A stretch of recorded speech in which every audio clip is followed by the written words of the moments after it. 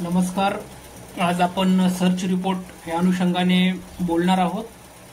Search report प्रॉपर्टीच्या अनुषंगाने ज्या वेळेला आपण बोलतो त्यावेळेस प्रॉपर्टीचा सर्च घेणं म्हणजे काय आणि प्रॉपर्टीचा सर्च का बरं घ्यावा असा विषय आपल्या समोर उपस्थित होतो.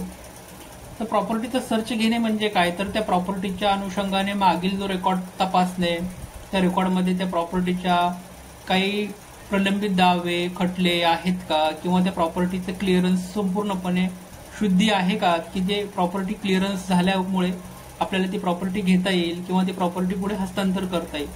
साधारणतः ज्यावेळेस आपल्याला बँकेचं लोन घ्यायचं असतं त्यावेळेस बँक आपल्याला त्या प्रॉपर्टी सर्च रिपोर्ट मागते.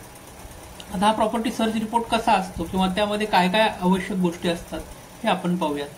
सर्वप्रथम म्हणजे प्रॉपर्टीचं डिटेल त्यामध्ये आपल्याला काढावं लागतं. पहिल्यांदा प्रॉपर्टीचा ऍड्रेस कुठे आहे, ती कुठेच ती प्रॉपर्टी सिच्युएटेड आहे तिची माहिती, प्रॉपर्टीचा टाइप्स कशा प्रकारचे आहे, वेदर कमर्शियल आहे रेसिडेन्शियल प्रॉपर्टी आहे हे पाहिलं जातं.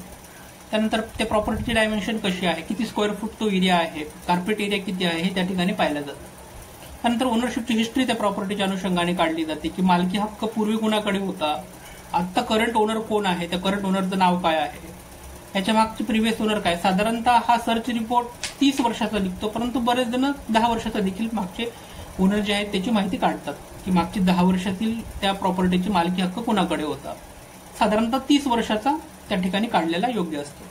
त्याचबरोबर लास्ट डेट सेल ओनर केव्हा झाली, डेट ऑफ लास्ट सेल किंवा ट्रान्सफर जेव्हा प्रॉपर्टी त्या मागच्या मालकाकडे केव्हा झाली ती तारीख त्या ठिकाणी पाहिलं जातं. मग टायटलच्या संदर्भामध्ये येतो की टायटल कसं आहे, टायटल क्लिअर आहे का, की आणि इन्कम्प्रन्सेस किंवा त्यामध्ये काही डिस्प्युटेड इश्यू आहेत त्या टायटलच्या अनुषंगाने, काही बहार आहे, काही चार्जेस आहेत त्या प्रॉपर्टीवर हे पाहिलं जातं. किंवा त्याचबरोबर आणि आउटस्टँडिंग मॉर्गेज आहेत, एखादं लोन आहे, एखादी गहाण काढलेली प्रॉपर्टी का बँकेकडे आहे का, हे सगळं त्या ठिकाणी आपल्याला पाहावं लागतं.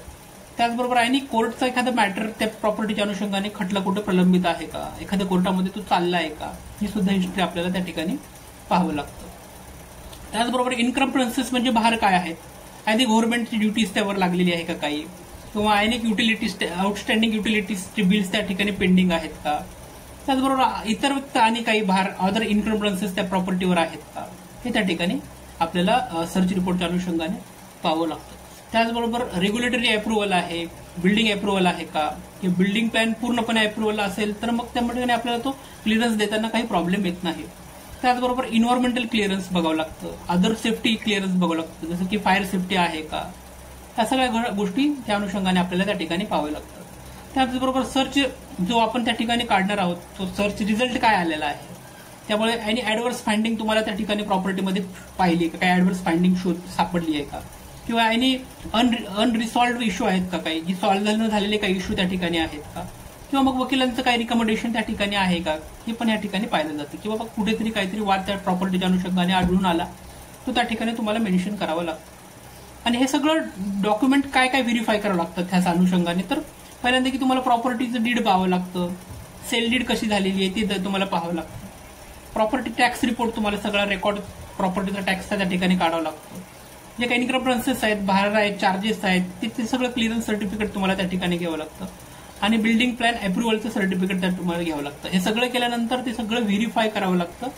त्याला आपण दुय्यम निबंधक साहेबांकडे ऑफिसमध्ये ते दिल्यानंतर तुमची जी काही सर्च रिपोर्ट आहे तो व्हेरीफाय होतो.